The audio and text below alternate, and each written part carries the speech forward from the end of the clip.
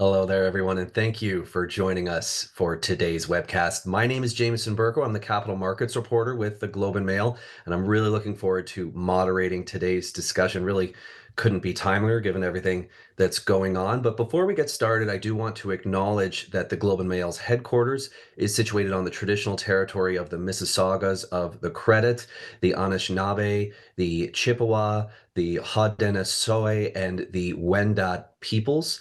My colleagues and I are grateful for the opportunity to live and work on this land. And now, of course, to the matter at hand, amidst all the economic uncertainty, and really uncertainty almost fails to really drive home how significant the seismic activity has been for the business environment, for the government environment, for the consumer sentiment environment. It's incredibly challenging right now to try and keep a business thriving. So, joining us today, we have entrepreneurs who are going to be sharing what strategies and tactics that they have been implementing and that hopefully some of you out there watching can learn from, that they've used to bolster sales, find new customers, and build loyalty as they brace for all of that activity. Don't worry though, if you have your own questions that haven't been addressed by our conversation. We're reserving the last 10 minutes of this webcast for audience questions. So if you do have questions for any of our panelists, you can type them into the virtual Q&A box. And on behalf of the Globe and Mail, I'd also like to recognize FedEx as the sponsor that is supporting today's event. And now, of course, we're going to get to our esteemed panelists. Joining me today, we have Marnie Rabinovich-Konski, founder and CEO of Thigh Society. Hi, Marnie. Um, We Aaron Chin. He is the Chief Executive Officer of Organica Health Products. Hi, Aaron. Thanks for joining us.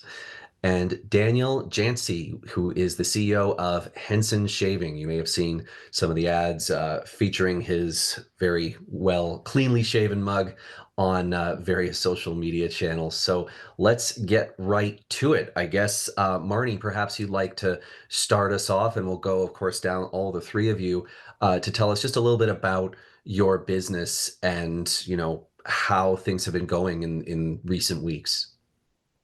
I'm the CEO and founder of Thigh Society, and we are the leading direct-to-consumer brand of women's long leg underwear that helps manage sweat, prevents thigh chafing, and helps with modesty. We have a customer base in Canada and the US. So the last few weeks have certainly been very interesting for us as a brand. Proudly Canadian since 2009, but have a very significant US customer base. So our team's been hard at work thinking about potential strategies to employ in the event that these tariffs do come to pass. So it's a busy time for all entrepreneurs right now in Canada, that's for sure. Well, that's definitely a subject we're going to delve fairly deeply into. Before we do that, though, Aaron, perhaps you'd like to introduce yourself in Organica. I think, Aaron, you're on mute. My name's Aaron Chin. I'm the CEO at Organica. We are a 35-year-old business, actually started by my father.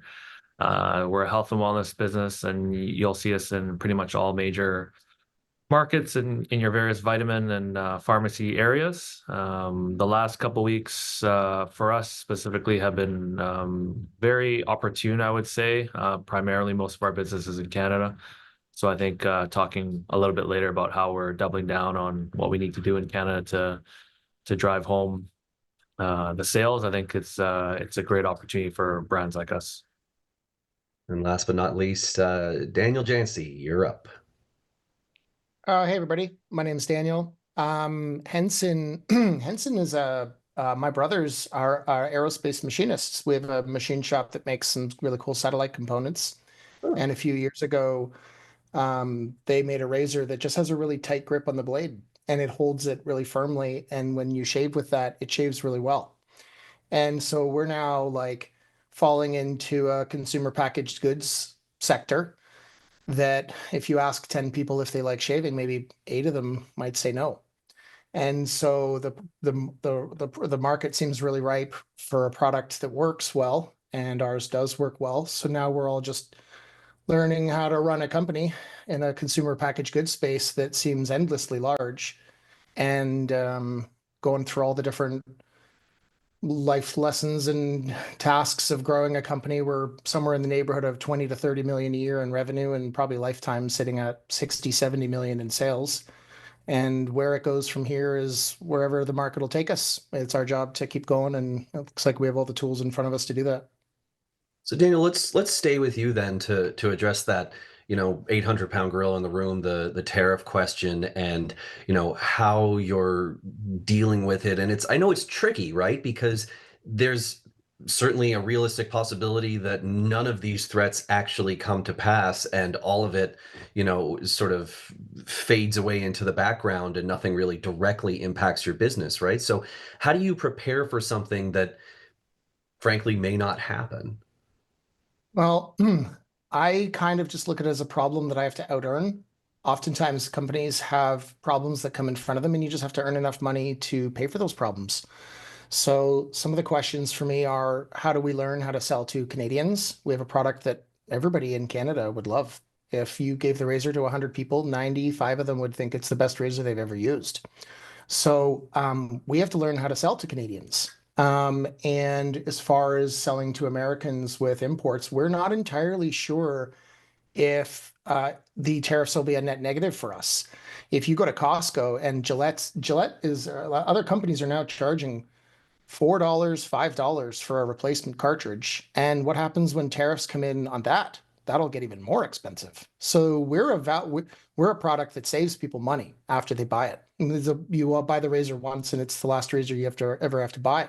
So people who have value proposition, cost saving benefits to them, when their competitors get more expensive, who knows if that's a good thing or a bad thing. So we still have some learning to be done, and how you get ready for something that you don't know will happen.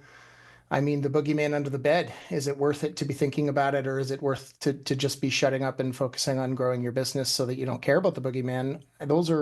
I'd sooner focus on growing the business. So our focus and our task is on creating good profit and making our customers happy. And kind of, if we can do that well enough, to just ride the storm out. So Aaron, you mentioned that you're already largely focused on the Canadian market. So does the current environment really encourage you to double down on that mindset? And if so, how do you go about doing that?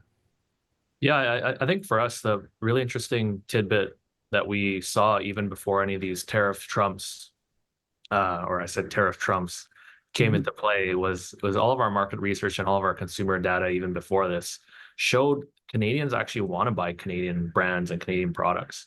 The most common that we get wasn't literally about our product or our quality or whatever. It was like, hey, like, you guys are Canadian. And then it would go into, okay, your quality is great and I can trust you and for the rest of my family. So I think for us, just making sure we're visible in all the different touch points that, hey, we are Canadian. I think it's proven a lot of good feedback from the team that maybe didn't know we're Canadian. But other than that, I think a lot of the retailers that we do work with across the country, a lot of the national retailers, they have also made sure that they were supporting, but also featuring Canadian brands like us, which is also nice to see. So are you putting like marketing resources into, trying to trumpet that Canadianness of your company and make that awareness more obvious? Yeah, absolutely. I think with a bit of Canadian humbleness, though, I think on our labels, for example, we had a small little Canadian flag that says proudly Canadian owned and operated business. But now, for the next 3 months, you'll see on top of every single one of our bottles, we're slapping on a big label that says Made in Canada. So I think for us, just making sure we're getting out there more, but in a tactful way, I think makes a lot of sense, because there is a lot of proudness of being Canadian even more than there was before. And I think just making sure you're tapping into that and changing the different touch points on your social media, on your website, on your email flow, even on your invoices that you're giving to your customers, I think goes a long way in just reminding people, hey, we're here for you. So Marnie, how do you go about helping Canadians understand that they can prevent chafing and be patriotic in a single purchase?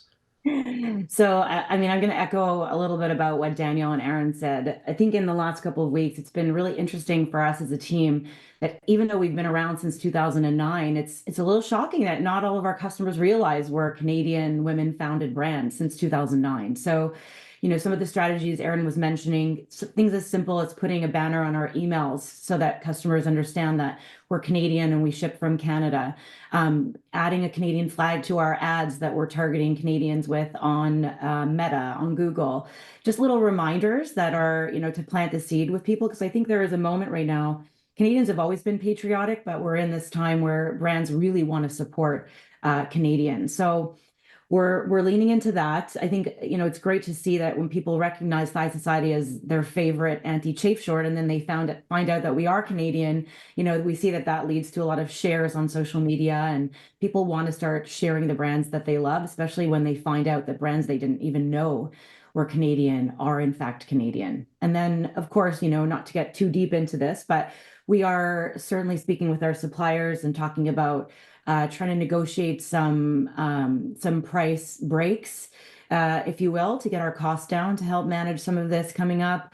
And just to get better credit terms to be able to pay our suppliers, to have longer credit terms for payment, knowing that there is going to be potentially some increased costs upfront with bringing and importing some of our goods into Canada and then exporting them. So those are just a couple of strategies we're doing on our end.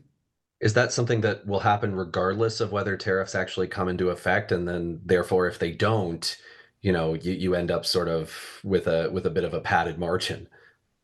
I mean, I think we're asking a lot with our suppliers, who we consider our partners, to be partners with us in this. And I think there's an understanding that if the tariffs don't go through, we're not going to push hard to try to get those price breaks, that we have a good relationship with them. We're looking at the big picture. Typically, we see price breaks when we increase our minimum order quantity. The idea here is that everyone wants their company to stay in business. It's good for everyone. So the more we can keep purchasing, and make our prices competitive, and not have to, slow our business down in any way because we're faced with some of these increased costs, it's a win-win for everyone. So Marnie, you're largely, direct to consumer. Daniel, I know it's a similar sort of mindset, and Erin, you're certainly have a different approach in your products. So I'm going to put this to everyone, and maybe Marnie, we'll start with you because you just had the floor. What is your approach to in-person retail, to the brick and mortar side of retail? So we are mainly a direct-to-consumer brand. We've never really pursued an intentional wholesale strategy. We are in about 24 brick and mortar shops, women-owned bra and lingerie specialty shops across Canada. And typically retailers find out about us and approach us and say, hey, I've heard about your brand. I saw an ad, customer walked in, wanted Thigh Society, and they have an interest in carrying us. So we work with them all through Shopify, our e-commerce platform, to facilitate that transaction so they can very easily purchase from us, get the goods shipped to their store, and sell. We don't really have an active strategy to go out and get wholesalers, although I think it'll be interesting to see what happens in the next few months. That we've already seen a small uptick in some retailers who find out that we're a Canadian brand and are seeking to stock us in their store, just building on this Canadian, Canadian first and buy Canadian sentiment at the moment. But for Thigh Society, we consider ourselves to be a strictly D2C brand. But there's huge opportunity for us for sure in wholesale, both here and abroad. Daniel, what's your perspective on that? Oh, you're on mute. Sorry, guys. Trying to not have background noise here. Similar to Marnie, our strategy was direct to consumer first. Retail is a tricky place. You need to be able to convince the customer to say yes with nobody talking. You have to be able to have a customer walk by and have them take your product off the shelf and buy it. And, we're just a razor. So why would you buy a $90 razor from us? It's a tricky thing to get someone to agree to. So for us, it was about making sure that we had a good mechanism inside of the walls of brick and mortar to be able to get someone to say yes before we really wanted to pursue retailers. And we're kind of glad that we did D2C first because, having customers who recognize your brand seems to be really attractive to retailers. Like if we were just on the phone with Target and we said, hey, we're spending, $8 million a year on advertising, and they really light up because then they say, all of our customers are going to think that now the cool Instagram brand that markets to them is in store. So then they get association to all of that. As far as the made in Canada or the Canadian company aspect of retail, I do think there's room for improvement in the retail world for being quicker or more open to adopting new companies. I mean, I think if you work for a retailer, imagine you work with retailer, imagine you're a buyer at a retailer, and one company you work with, you just buy razors from, and the next company you work with, you buy everything from chips to suntan lotion to razors. It's obviously going to be a lot easier to just work with the company who you buy the suntan lotion from because you've already got a good working relationship with them. So as companies or retailers put more energy into sourcing well-made, high-quality products, companies like us will come up more. But as companies stick with sort of the default approach and just kind of work with all the major players and, buy all the normal stuff we've all seen for the last 10 years on the shelf and not having any of it change. I think at the end of the day, retailers putting more energy into like sourcing quality products, and a lot of people put energy into this, but unfortunately most don't. So when people refresh their thinking and look for good stuff and start to prioritize the product being really good, I think is when companies like us start to shine. So maybe just a refresh and some new thinking in that world. I don't know. Do you find that that's a distinctly Canadian issue that like if you ever are talking to retailers in the US or elsewhere that it's the same? No, it's the same. I wouldn't call it laziness, but I mean, it's definitely when you're stuck in your thinking, people do things a certain way. Getting people to think about something in a new way takes energy. It takes energy, like literal energy for the brain to think about something in a new way. So, no, people work with their vendors that they know and they do with what works. You don't get fired for trying the same old thing. You get fired for trying something new and it failing. So, if companies want to put product selection and finding new and interesting things ahead of political downside, if it doesn't go well, then they'll be able to take risks. And if they can take risks, then we're a really good bet to bet on. So I think there's just a bit of a culture shift that needs to take place there. And no, it's not only to Canada, it's humans in general. Oh yeah, that's well. Next panel we'll have some social psychologists on and a few anthropologists to dig deep into that. Aaron, though, I wanted to get to you because obviously Organica takes a very different approach to retail. It's much more central. And oh, I just bought the same mug, Daniel. That's funny. Um, I hate cold coffee, Right? but yeah, Aaron, if you could go into, how Organica products, obviously getting on the store shelf is very important, but you also have a different perspective in terms of the number of products, right? I mean, Marnie and Daniel, their focus is on a small number, or even, like in Daniel's case, that one SKU that's really critical. But with you were saying when we spoke before that it's more about taking over shelf space. Can you talk a little about that? Yeah, I think for us, when you look at retail and you look at what Daniel was mentioning, some of the biggest conglomerates in the world that own multiple brands, multiple products, different categories. Um, Daniel's right in the sense that retail hasn't changed for a long time. Like it's pretty much all the same brands, but how we've been able to break in was making sure we're working with these retailers saying, hey, like here's the data, here's the things that we're seeing in the rest of the market. Here's why we think it's going to work, and here's the plan if it doesn't work.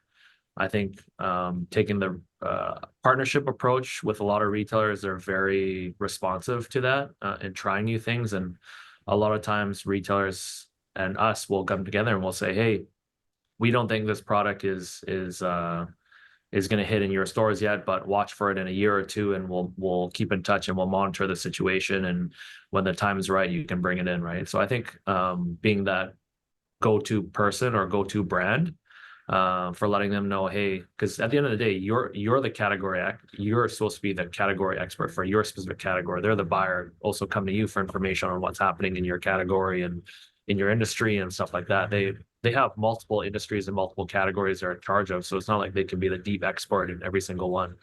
Hmm. So I think coming at a partnership angle with the retailers has been really successful for us, and a lot of times we've actually launched specific SKUs or a new size or a new innovation for that specific retailer, and it kind of gives them a hey, this is the partnership. You're bringing your partnership even closer, but you're also saying, hey, we're willing to work together and also risk on our side production to produce something new for you.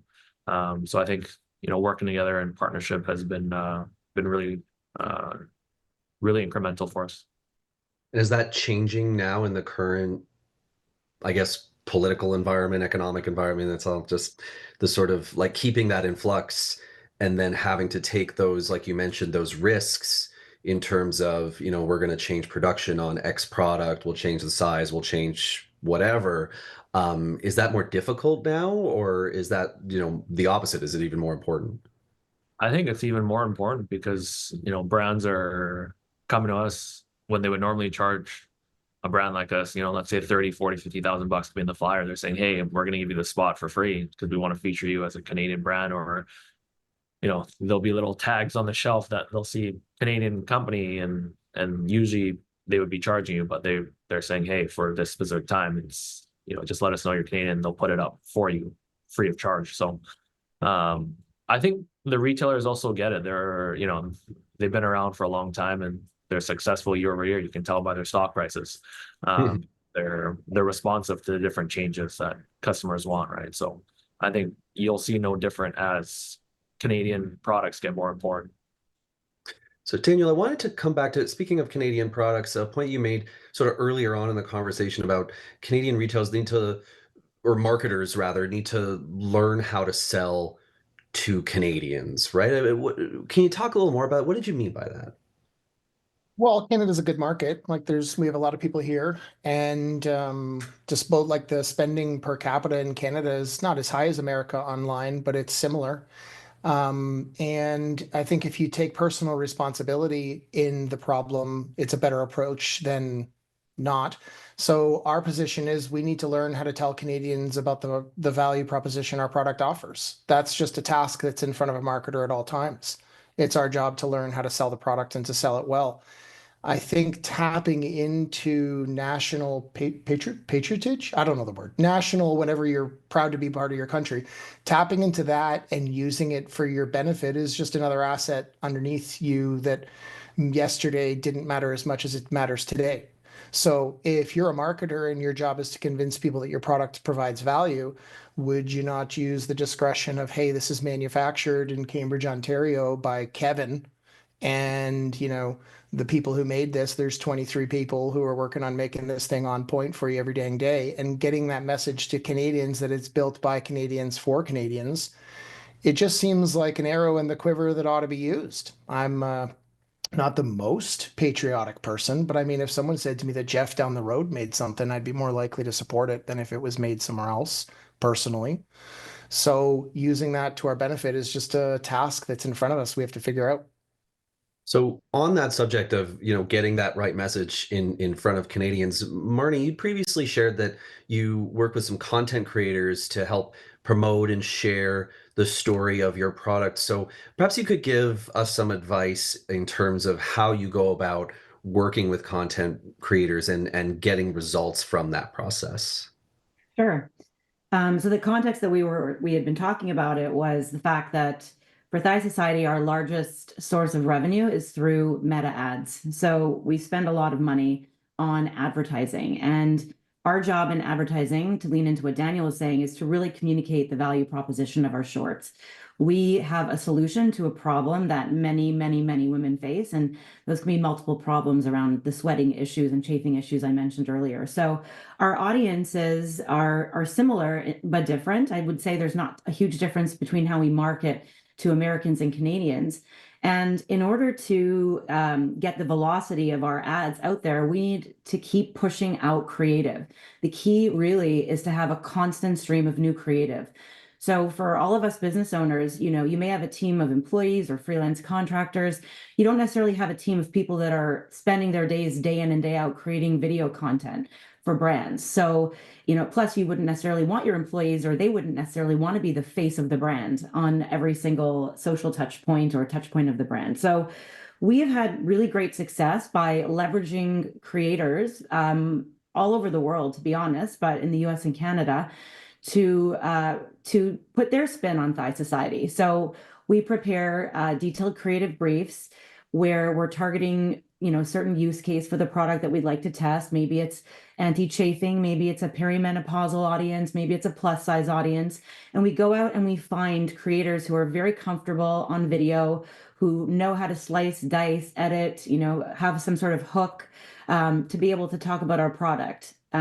We do provide some guidelines, the sort of skeleton outline of what we'd like them to produce. But for us, what we found is the more we let the creator put her own spin on why she loves the product, the more successful the ad is likely to be. So authenticity really shines through in the way that creator is able to talk about the product. And so we work with a lot of creators, and we're constantly testing new creative and iterating on what works. And I'd say, most of the time content that we find works in one market does work in another market. It's not always the case. I could use an easy example like Australia, where we opened a warehouse there last October, and have found that using some Australian creators with Australian accents lends, better with an Australian audience, perhaps. But that's not always the case. You really have to just go and test. And I think there's so many tools out there for founders, no matter what size your business is, to be able to access creators for an inexpensive cost, to have, ship them the product. So you are, going to have to leave some room in your budget for sending these creators some of your product so that they can then turn it into a video. And for us as well, we really focus on building long-term relationships with the creators that do well for us. Once we find once we get some creative that hits, we're going to go back and continue to work with that creator. So that end of your answer kind of touches on the follow-up I wanted to ask, which is how do you balance the control question of working with creators, right? Because obviously, when you're working with creators, to a certain extent, you're giving up a certain element of control of the message, right? You're putting it in, you're giving a lot more trust than you normally would, as opposed to, say, having your employees, or as you were saying, something like that, where it's like 100% under your purview. If you don't like it, it's not going out. So, how do you, maybe it's a personal question, I guess, like, how accept that to a pretty large extent, the messaging kind of flows out of your hands in an environment like that? Right. I mean, to some extent, you have to let it go, right? Like I think Elsa said that in Frozen. That song's coming to my mind now. Let it go. My daughter will be so pleased. Right. I think depending on who your team is, you'll have a team member, whether it's you or a creator, UGC, user generated content manager. If that person really has a firm grasp on the brand, they will be able to communicate the messages to the creator. You do have to let it go. You do have to understand that a creator is going to put their certain spin on it, and that's actually a value add to you. That's not a loss of control, because sometimes, especially as founders, I think we're so in our business, and so are our team members, that we sometimes miss things and may not, have the same creative lens that someone else who's new to the brand and new to experiencing the product brings to the table that we might just have overlooked. And so I think it's a healthy approach to say, we don't have all the answers. We can provide a framework for some of the key messages that we want the creator to hit on, but how she decides to position that and frame that, we put our trust in her, because she knows how to produce the content better than we do. Man, well said. You mentioned that meta ads is one of the big channel drivers for sales in your business. So I want to put that broad question to our other panelists. I'll start with Aaron. What channels do you see as what are, the biggest sales volume drivers for your business?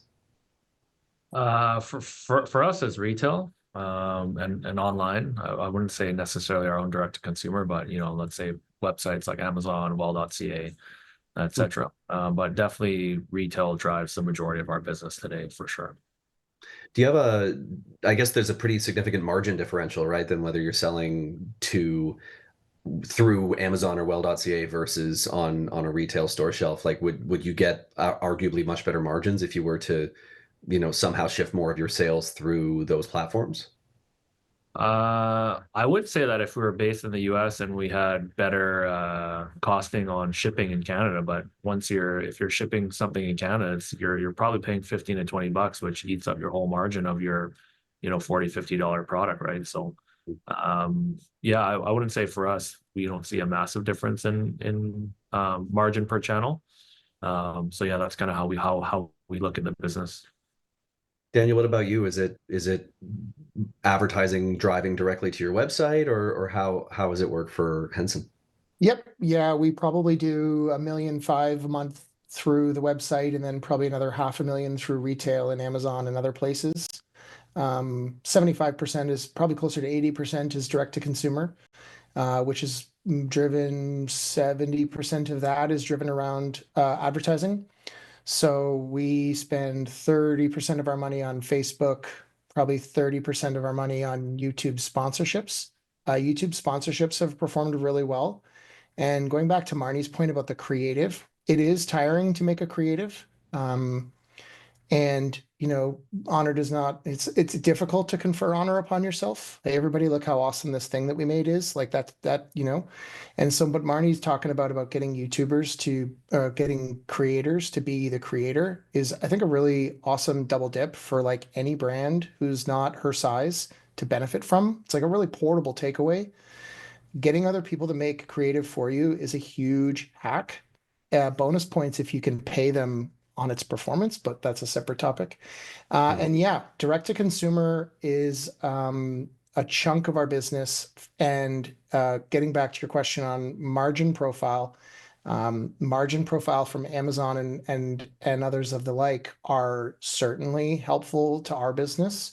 Amazon takes a thin chunk, and that's a huge retailer in the country. And we actually found when we went live with Amazon, we'd been on just our website for 2.5 years. We found minimal cannibalization, by the way. Hmm. We were sort of tactfully, like, we were worried about the Amazon existence taking away from our store. And we've turned it on and off in different countries, Japan, Australia, and all these different places. And we have like a few cases where it doesn't seem to cannibalize as much as you think it might. So it seems like adding Amazon on to our stack became like 80% net new revenue, and is doing 450,000 a month now.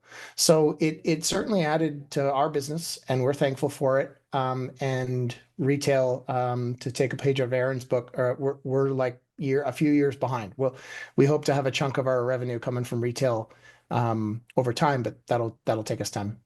Sure. Once you build more brand recognition, and as you said, people don't need to have you talk to them in order to pick your product off the shelf and buy it. Just a small follow up, Daniel. I wanted to ask because you mentioned like working with YouTubers. How do you decide whether to, like, in terms of platform, right? Like, why would you go to YouTube versus TikTok versus Instagram stories? Like what?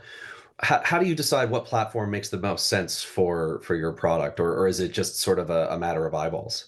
No, it's not a matter of eyeballs. Eyeballs are not created equally. Our conversion rate from traffic from YouTube is 4.1%, and our conversion rate from traffic from Facebook is 2.1%. Ah, And traffic coming from search is 6%. So intent is real. Eyeballs are not all created evenly. And the answer to your question is return on ad spend. It's a four-letter acronym that refers to the profitability of ad spend in relation to your revenue that you generated from it. So we look at all channels holistically, sorry, not holistically. We look at all channels through an ROI filter, return on investment. We hope to be able to do really good tracking on which are generating which sales. We have some attribution software that we use called Triple Whale. There's a few other competitors like that out there. And Facebook and Instagram do a good job telling you when they think you got a sale. But specifically, we chose YouTube because it's formal, and getting back to what Marnie says, a huge differentiator between a good YouTube performance and a bad YouTube performance is authenticity. If someone smells like a salesperson, or it smells like a sponsored segment, not smells like a sponsored because you tell them it's sponsored. There's no like hiding it, but you can tell when it's bullshit, or sorry, when it's not real. And so having that real, authentic experience is, to me, the key between the differences. So Marnie finding people who like her brand is the exact approach I'd recommend for everybody. so like a logistical question, I guess that maybe we can start with you, Aaron, is what part of the sales funnel do you find to be the most challenging, and maybe you could talk a little about the strategies you've implemented to try and improve those little bottlenecks. Yeah, I think for us it's unique because it's a category that needs education. Hmm. It's these products aren't easy to understand for the majority of people. So really the awareness, and then the next level is just really letting people know how this product is going to impact them, rather than, why this product has all the 50 features that really don't matter to the person. They just want to know why it's going to help them. So I think for us, awareness on the different uses and the different use cases of the products really helps us drive people to actually try the product. And once they try it, they can move down the funnel. So, Marnie, is it a similar situation at Thigh Society? I mean, I think we're lucky in the sense that our value proposition is very clear. We make the number one long leg underwear for women that exists, and that's intentional because I was customer number one. I could not find a women's seamless long leg, no VPL, moisture wicking, breathable, lightweight shorty to wear underneath my skirts and dresses. So our products are the number one in the market. That's our job to communicate to the customer who has a sweating issue, a chafing issue, that, hey, we know you may have tried some, other cheaper brands or MacGyver hacks or Wear Shapewear or all these other inferior options, but you finally found the best one. We're here. We're gonna save your thighs. But that, how do we communicate that? How do we get that value proposition out there? It's through a lot of creator content, like I mentioned earlier. It's really honing in on those really key value props, like Aaron was mentioning, that are the most relevant to our customers. Because sometimes I think as founders, especially, we want to tell the world all the 95 amazing qualities about our products, but people scrolling the internet have the attention span of a gnat, and like they're scrolling so fast. How do you grab their attention within 3 seconds and get them to click on your ad, or to click or to go to your socials and to take a look at what your product offerings are? So for us, it's always about refining those messages. And it's also for us about, because we only have one product, essentially, anti-chafe shorts, available in 5 different fabrics. For us, we enjoy helping the customer understand that our products have many, many use cases. So they're not just for chafing and sweating. They can be used for comfort, for lounge, for sleeping, through all stages of life, from teenagehood to being a grandmother or a senior. So for us, it's always really about unlocking some of those new messages to both engage with new customer segments and new customer audiences, but also selling our products to existing customers who may not know that our shorties are great for all these other use cases. Daniel, is there anything you wanted to add on that subject? Um, I think selling to multiple use cases really extends the life of a product offering that's static. We have the sort of a similar execution of that, but in our world, it's like 20% of the people buy because it saves the money, 20% of the people buy because it's aerospace machinery, and 25% of people buy because it makes their face not hurt. Like, for us, it's just different. Instead of different executions of the product, it's different reasons for purchasing, sort of thing. And so what our world is making different content around those different purchase reasons. And if I may, off script here, something that we found that really has worked really interesting for any of the people who are listening who have advertising that's currently live, we saw a significant lift in revenue to the tune of like more than 5 million a year that came from editing the beginning 3 seconds of a winner video. So we had a winner video that was doing really well, and we just changed the first 3 seconds of it that made it have more of a hook. And I swear it probably made an extra 8 million that year. So there's repurposing content, there's creating new content for different purposes, and then there's taking something that works and just making a minor change to it to make it work better. I just want to make sure that everybody's like thinking of that as one of the arrows in their quiver. So just to confirm though, when you say winner video, that's you're just meaning like a video that works really well. Like, is it self-explanatory? Am I asking a stupid question here? It's not a stupid question. Winner video refers to a creative that's return on investment positive. We track, for those who don't know, you can see every creative that exists in your stack, and you can look at the performance of each one. There's software inside of Facebook and other places that just tell you exactly how every creative is performing. And for anyone who's operating on a low budget, who doesn't really have many sales, you can use click-through rate as a proxy for performance. So if you want to spend only a little bit of money and you want to kill bad creatives quickly, you can use the click-through rate or the engagement of rates of the ads to sort of save You know, if you're waiting for a conversion, maybe every ad might need 100 or 200 or $300 to spend. If you're just kind of going off early signal like click-through rate, you probably don't need as much money to spend on creative. So there are winner creatives and there are loser creatives. And so the tip there is take a winner creative that's doing good return on investment and modify the first little bit of it to have it perform better. Nice. That's really helpful practical advice. It's a little early for this, but I did say we'd save the last 10 minutes for audience questions, but we got some great ones. So I want to make sure that we have enough time to get to all of them. If we still have time after, then I'll badger you with my own thoughts after. But I want to get to these audience questions. So I'm not going to direct them at any of you specifically. So maybe just, I don't know, raise your hand. I should have given you guys buzzers beforehand. But we'll have to do the game show component later. The first one is an interesting one. I guess it kind of builds off of the tariff environment question. It's in terms of expansion, what sort of up and coming markets outside of Canada could Canadian businesses consider? I think what the questioner here is asking here, what markets do you think appreciate a made in Canada product? And I'm assuming they mean not Canadian markets. I have an idea on that. Have the floor, Mr. Jancy. Great. About a year after we started, I said, why aren't we shipping internationally? We work with FedEx. They ship everywhere. Why don't we just work internationally? Now, there's a bunch of tax things and stuff that you want to make sure is right. But anyway, we turned on international buys.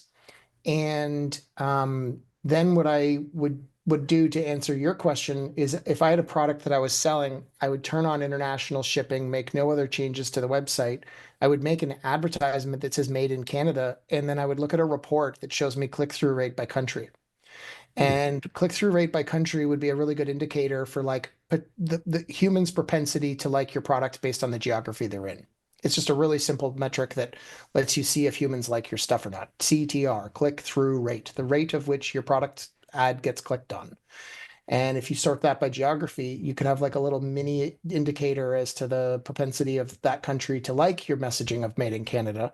And from there, then I would start making customizations to the website that are local customizations. Like Marnie was talking about that Australian talking with the accent who's performing better in Australia. That's dope and never thought of it that way. That's obvious. I mean, not obvious. I mean, now you say that it's obvious. So, but exactly the same sort of thing. So we put a little thing beside the cart that says typically arrives to Australia in 14 to 16 days. And it only shows up in Australia. And so I would start with a global campaign targeting other countries that you think would be interesting. I'd use CTR to determine which ones to advertise in. Then I would go back to the website and make localized changes depending on that geography being true that show acknowledgement to that geography. So Aaron, did you have anything you wanted to comment on there? And so you're largely selling to Canadians, right? But Yeah. I think for us, a decent portion of our business is in Asia. I think from the beginning, we've always seen, specifically China and Vietnam do really well for us because they look at Canada as a really nice, safe, clean place. So we've seen a lot of success there, finding a very good distributor and then working in that local market, really hammering home the made in Canada, Canadian company angle. Because for our specific products, there's a lot of fear on, let's say, products made locally that are the same product as ours. So I think we've seen a lot of success in the Asian markets because there's a lot of belief in Canada, and you can see brands that have done big there, like Tim Hortons, Lululemon, even Arc'teryx. There's a lot of Canadian examples that have gone to Asia and done really well. Canada Goose is like literally you can't even keep it on shelf. So the Canadian brand and the Canadian name does hold a lot of weight, I would say, in the Asian countries, specifically China and Vietnam in our experience. Marnie, what about you? I was going to give a controversial hot take, although I hear where Aaron's coming from on some of those brands that you mentioned, but I'm not really sure people care. And I think people like to say that they care about where something's made, but fundamentally, I think people care about value for a price. So are they getting value from what they're buying and for what they're paying for it? I think where it's made is a bonus. So I think it's important first for those brands on this call, have you really leaned into the Canadian market? to the point where you need to do country geographic expansion? Like, is there still opportunity to explore in Canada? I'm a big proponent of the KISS principle. Keep it simple, stupid. Grow slow, grow deliberately, grow intentionally. Don't try to spread yourself too thin and go overseas just because it's, you see it in the headlines and a lot of other brands are doing that. If you can go deep in Canada, you can build a really nice business in Canada. If you need to expand, start to inform yourself about the duty rates for your end customer, right? How much are they going to pay if you're shipping from Canada in terms of duties? Is there a way to use something like a border free, which is something that, if any of us have shopped online before, as Canadians especially, we understand that when we get to checkout online, it's like a surprise $30 duty charge, which may or may not influence our decision to continue to check out. But if we can't get that product in Canada and can't get it shipped any other way, we're prepared to absorb that cost as the customer. So I think you need to do some research in terms of where are your potential customers, what is going to be the cost to ship to them, will they place a value in the fact that it's made in Canada? Is there already a culture, around Canadian brands that you can lean into that messaging? Or are you really, just looking to sell, your product and base it on the value and cost, not just the fact that it's made in Canada? I really like this audience question because it's potentially a personal one. I guess it depends on how you take it. Is who do you turn to for advice when you're really stuck on a problem? I suppose that could be, a professional partner, someone in your business, one of your investors, or maybe it's a spouse or a friend or but it's certainly something that I think any entrepreneur would appreciate hearing from successful entrepreneurs such as yourselves. So who would like to jump on that grenade first? I will. Go ahead. I don't know how creative it is, but I lean heavily on my leadership team of my CFO, COO, and my CMO, both of whom have, decades long experience working in business, working in e-commerce. So we have a lot of really in-depth conversations, talking, philosophically, talking about what ifs, talking about strategies. We are very much willing to challenge each other. And I think that's part of the culture at Thigh Society, where people feel free to bring their ideas to the table. Even if someone might disagree, we're going to have a healthy interchange about that and talk about pros and cons. So I think it's important to be able to speak honestly and freely with people on your team who you look to for advice. I'm also a part of a few founder groups. Some are official, some are unofficial. Where founders will share some questions and ideas and bounce it off others who've been there before. I think it's always great to try to follow a business that's slightly ahead of yours. So not a business that's, if you're a $5 million business, not necessarily to follow a $50 million business, but to try to find founders of a $10 million business or of a $15 million business, just to try to get connected, because they have, what they've done is in their rearview mirror. It's not like it was 10 years ago or 5 years ago.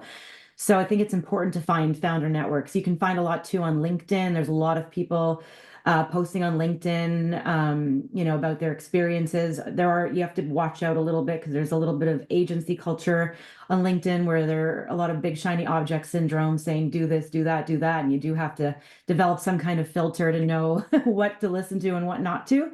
But I think there are also some Canadian business associations anyone can tap into, whether it's local or regional or national, to connect with other entrepreneurs and founders.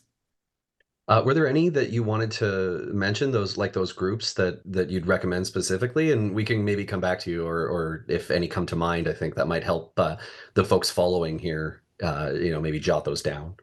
Sure. There's a name that's not coming to mind, so give me a couple of minutes to think That's about okay. We will come back to you, Aaron. Yeah. Who you talk to when you're having a hard day? Yeah, I think my wife, but I think when it comes to business problems, I think it's always good getting outside point of view, because I find a lot of times when you're inundated too much, maybe you're not seeing above the clouds, where somebody from external outside can look in and say, oh, hey, is this really that big of a problem? Or have you tried this, and this?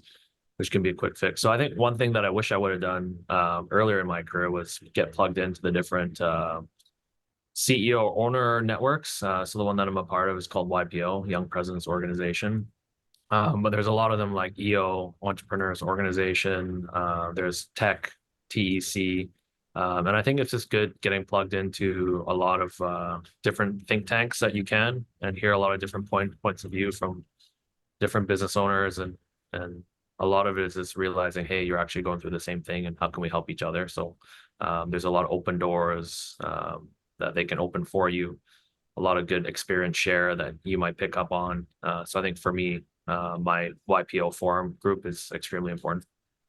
Nice. Daniel?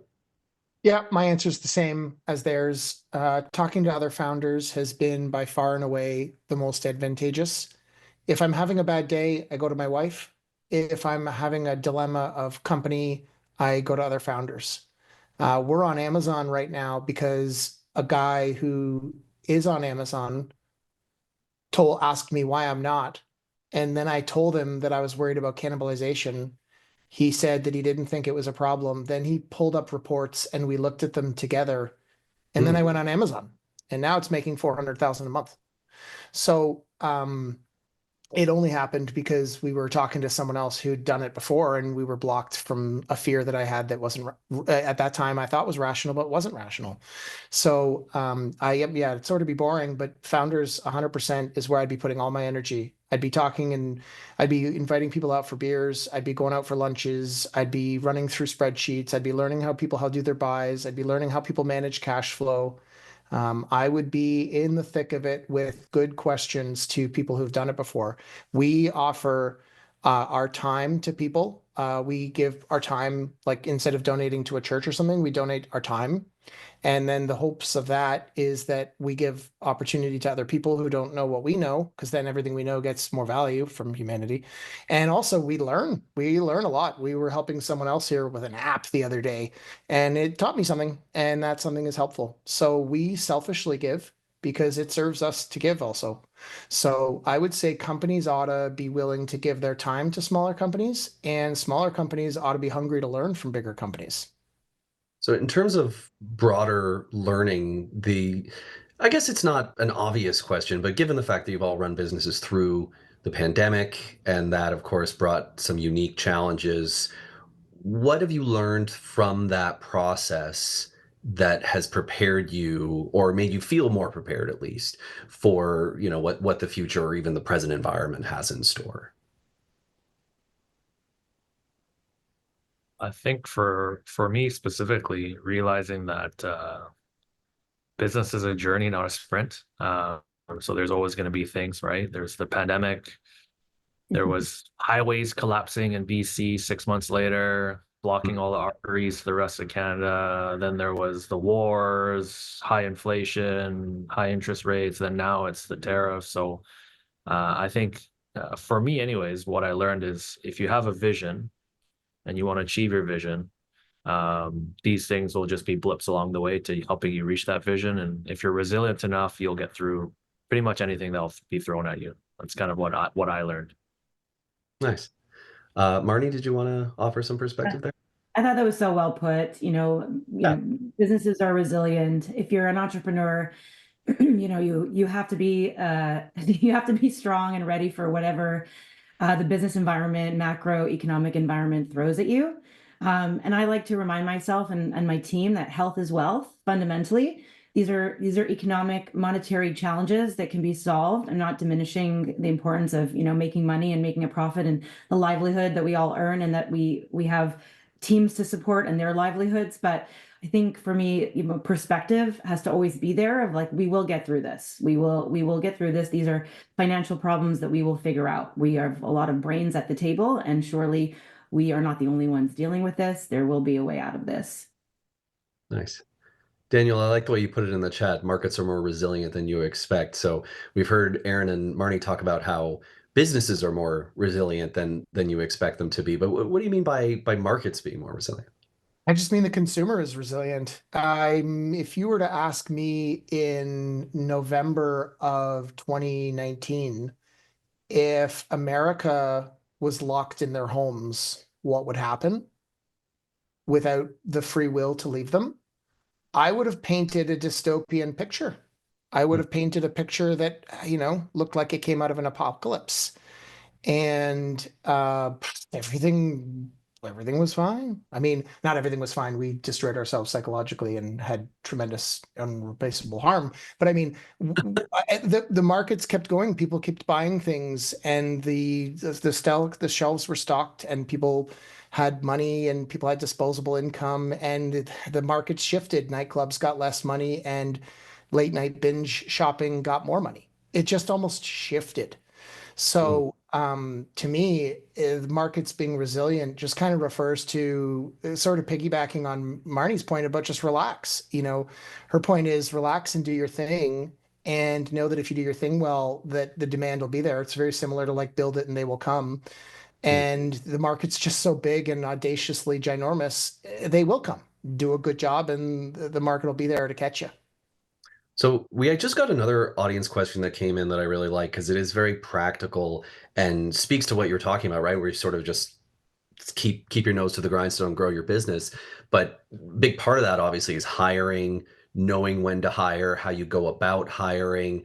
But it's a really interesting question the way they put this. How do you know when employees are at full capacity? Like how do you know that, you can't just ask more of your team, you need to expand your team? That's a difficult balance to strike, I imagine. So, Marnie, did you want to kick us off on that one? Sure. Well, something unique about Thigh Society is we have 29 part-time remote freelance contractors. So I am the only full-time employee at Thigh Society, and our entire team is virtual and remote and has been since I started the business. So the pandemic validated remote work, as we all know, but we were already doing that. So the pandemic had a limited effect on our ability to work. What does that mean for me as a CEO is that I have immense trust in my hires.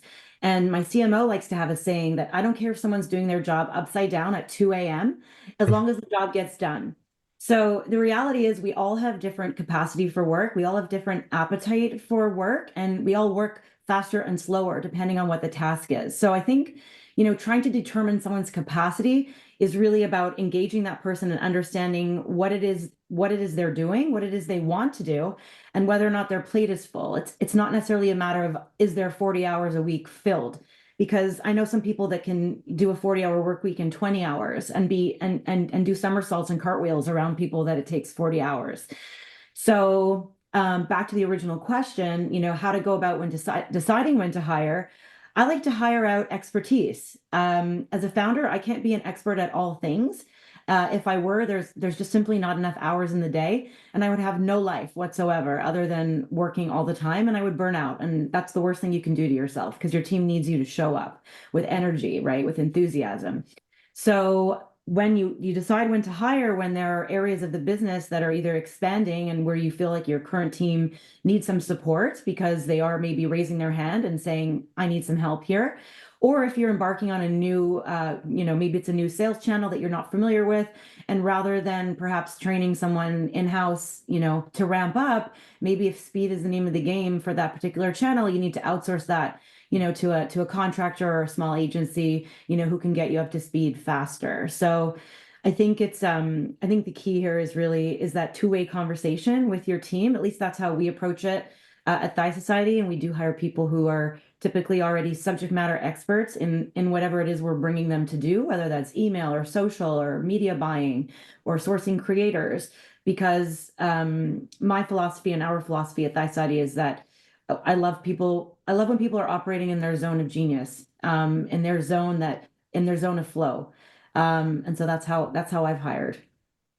Aaron, you I guess have the more in terms of timeline mature business in the panel here. So I guess this is something you've dealt with in a number of different facets over different environments. And I should know we're sort of running up against the clock a little bit, but I want to make sure you guys both have a chance to answer this last question.